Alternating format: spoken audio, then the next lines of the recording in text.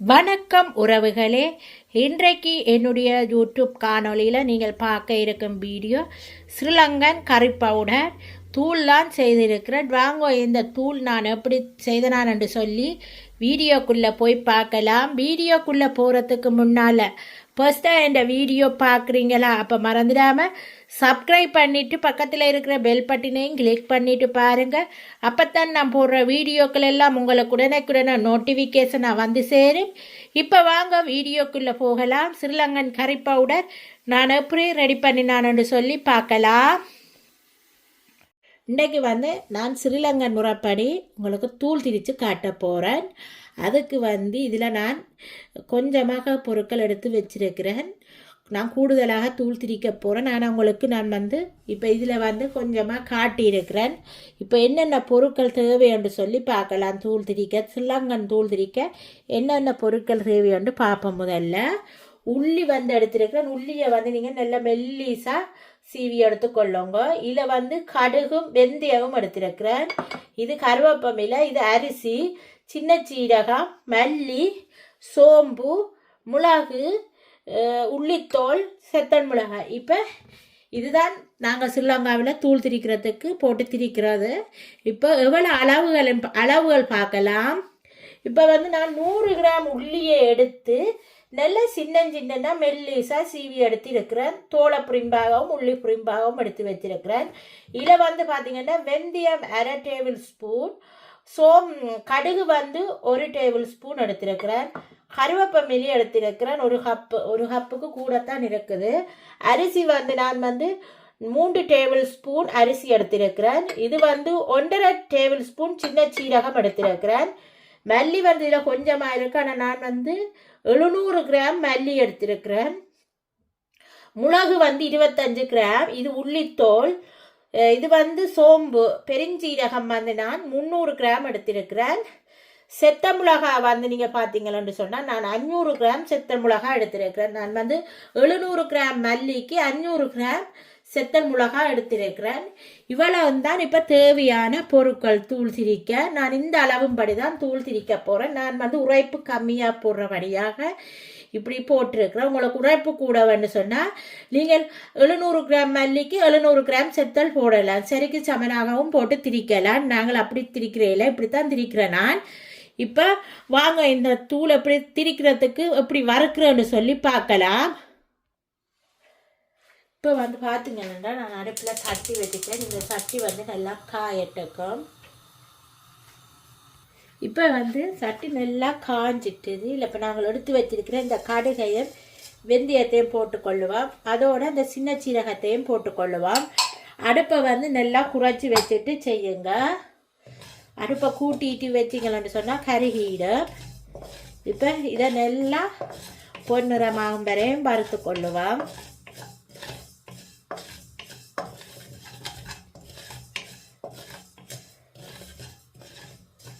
இப்போ பார்த்தீங்கன்னு சொன்னால் சின்ன சீரகமும் வெந்தயமும் கடுகு நல்லா வறுபட்டுட்டுது. கடுகு வெடிக்கும். வெந்தயம் பாருங்க நல்லா கலர் மாறிட்டுது. இப்போ சின்ன சீரகமும் நல்ல ஒரு வாசம் கொடுக்குது. இப்போ நீங்கள் இதை இறக்கி கொள்ளலாம். இப்போ இதில் நாங்கள் எடுத்து வச்சிருக்கிற இந்த அரிசியை போட்டு வறுத்து கொள்ளுவோம். இந்த அரிசியும் நல்லா வறுபடட்டும். இப்போ பார்த்தீங்களா அரிசியும் நல்லா பாருங்க வறுபட்டுட்டுது. இப்போ அரிசியையும் நாங்கள் இறக்கி நான் எல்லாமே சுலாகில் போட்டுக்கொள்கிறேன். அப்போ தான் டக்கண்டு 6 மண்டத்துக்காண்டு நான் சுலாகில் போட்டுக்கொள்ளுறேன். இப்போ நாங்கள் எடுத்து வச்சிருக்கிற இந்த பெருஞ்சீரகத்தை போட்டு வறுத்து கொள்ளுவோம். பெருஞ்சீரகம் நல்லா வறுபடட்டுக்கும். வறுபடைக்கில் பெருஞ்சீரகமும் கலர் மாறி கொடுக்கும். நல்ல வாசம் வரும் பெருஞ்சீரகம் வறுபட்டா.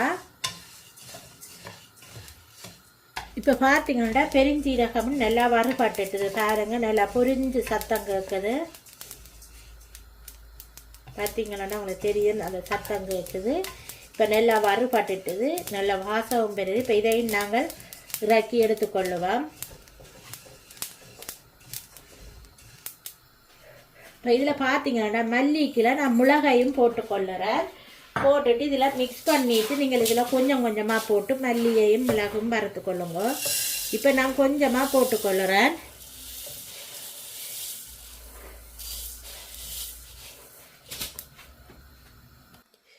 இப்போ பார்த்தீங்களா இதில் பாருங்கள் மிளகும் போட்டு மல்லியும் போட்டிருக்கிறேன். போட்டுட்டு இது நல்லா வறுக்கட்டுக்கும். அதோட நான் மஞ்சள் அதில் சொல்ல மறந்துட்டேன்.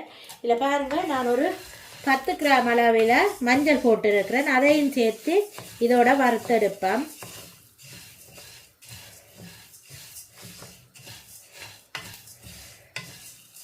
இது ஒரு 2 நிமிஷம் இந்த மல்லியை நாங்கள் முதல்ல வறுக்க வேணும். அதுக்கப்புறம் தான் இதுக்குள்ள செத்த மிளகாயையும் சேர்த்து தான் போட்டு வறுக்க வேணும். முதல்ல 2 நிமிஷம் இந்த மல்லியை வறுத்தெடுப்போம். இப்போ நாங்கள் எடுத்து வச்சிருக்கிற இந்த செத்தல் மிளகாயை இதில் போட்டுக்கொள்ளுவோம். கொஞ்சம் கொஞ்சமாக போட்டுக்கொள்ளுங்க செத்தல் மிளகாயை.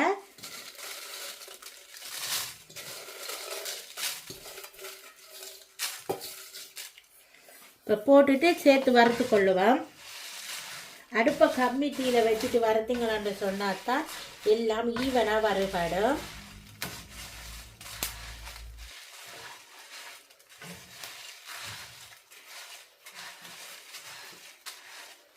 இப்போ பார்த்தீங்களா மல்லி செத்தல் எல்லாம் போட்டு மிளகெல்லாம் போட்டு வறுபட்டுட்டது பாருங்க. இதே மாதிரி மீதி இருக்கிற செத்த மிளகாயும் மல்லியையும் மிளகையும் வறுத்தெடுத்து கொள்ளுவோம்.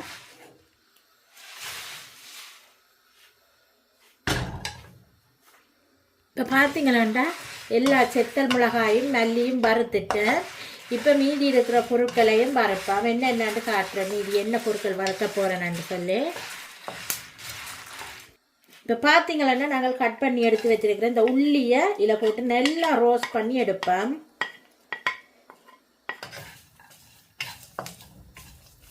இப்போ பார்த்தீங்கன்னா நான் உள்ளி போட்டு கொஞ்சம் வறுபட்டு கொண்டு வருது. இப்போ நாங்கள் இந்த எடுத்து வச்சிருக்கிற இந்த உள்ளித்தோலையும் இதில் போட்டுக்கொள்ளுவோம். போட்டுட்டு சேர்த்து வறுப்போம். ஒரு 5 நிமிஷம் இந்த உள்ளியை வறுத்தெடுத்து கொள்ளுவோம். இப்போ பார்த்தீங்கன்னா உள்ளி எல்லாம் வறுபட்டுட்டுது. இப்போ நாங்கள் இதை இறக்கி கொள்ளுவோம். இப்போ நாங்கள் எடுத்து வச்சிருக்கிற இந்த கருவேப்பிலையை போட்டு வறுத்து கொள்ளுவோம்.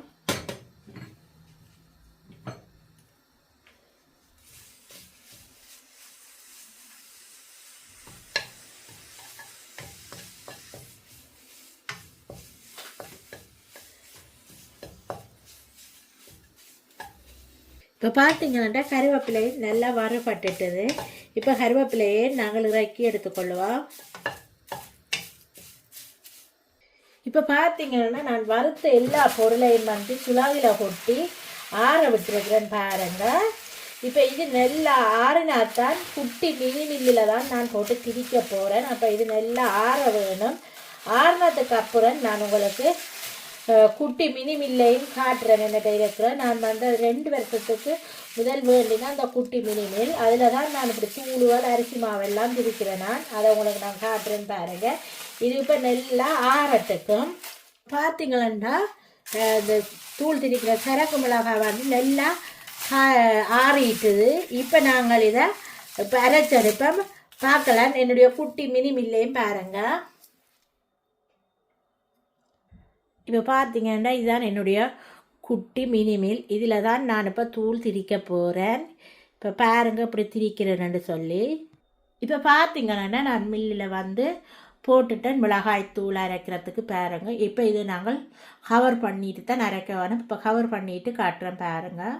இப்போ பார்த்தீங்கன்னா நான் நல்லா டைட்டாக்கி கவர் பண்ணிட்டேன் பாருங்கள். இது வந்து கீழே இது நட்டு இதை பூட்டிட்டு இதை டைட் பண்ணிவிட்டு இப்படி கவர் பண்ணி விட வேணும். இப்போ பாருங்கள் இதில் வந்து டைமர் இருக்குது. இப்போ டைமர் வந்து நான் செக் பண்ண போகிறேன். நான் வந்து டைமர் வந்து 1.5 நிமிஷம் டைமரை வந்து நான் செக் பண்ணி விட போகிறேன்.